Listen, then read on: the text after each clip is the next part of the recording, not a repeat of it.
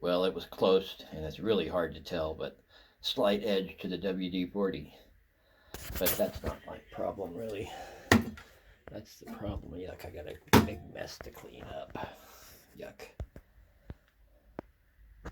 So.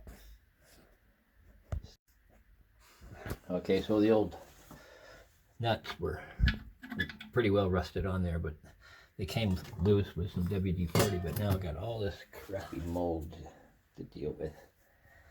And I'm hitting it with my super duper splash to start with.